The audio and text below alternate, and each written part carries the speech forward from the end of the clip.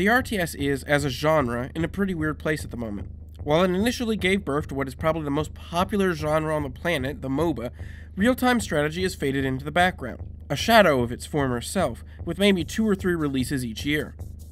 But the game we're looking at today, World in Conflict, was released during what was a wonderful, if short-lived, renaissance of the genre.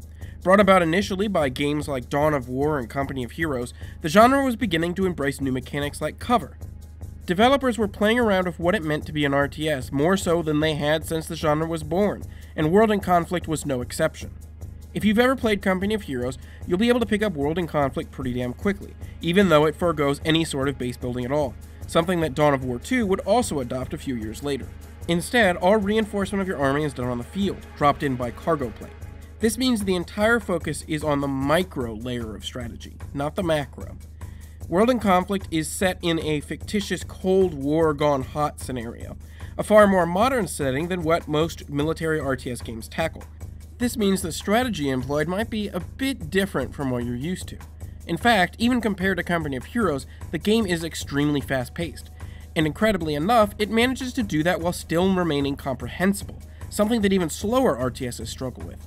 I never felt like things got out of hand if I had a larger army, and I was always able to micromanage my individual units without too much trouble. But the biggest surprise to be had with World in Conflict is not the fact that it plays well. For a lot of real-time strategy games, the story, if it even exists, is a complete afterthought.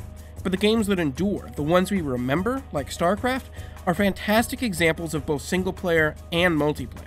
And while World in Conflict lacks the visual whiz-bang that makes the cutscenes of Blizzard RTSs so memorable, it makes up for it by telling a relatable story.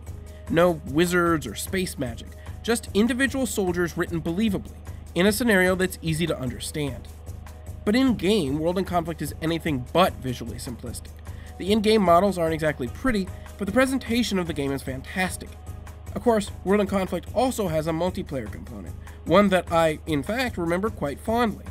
But the online servers have been shut down, meaning the only way you'll have to play it will be direct connection or over a LAN. As far as picking this game up, I would strongly recommend getting the Complete Edition. The expansion, Soviet Assault, adds a Russian campaign that introduces the Russians as a playable faction. But instead of being a separate campaign like is common among RTSs, it's inserted throughout the main campaign, meaning that if you wanted to play those missions, you would have to go back and play the campaign a second time after buying the original game. And honestly, the game just feels more complete with the expansion rolled in.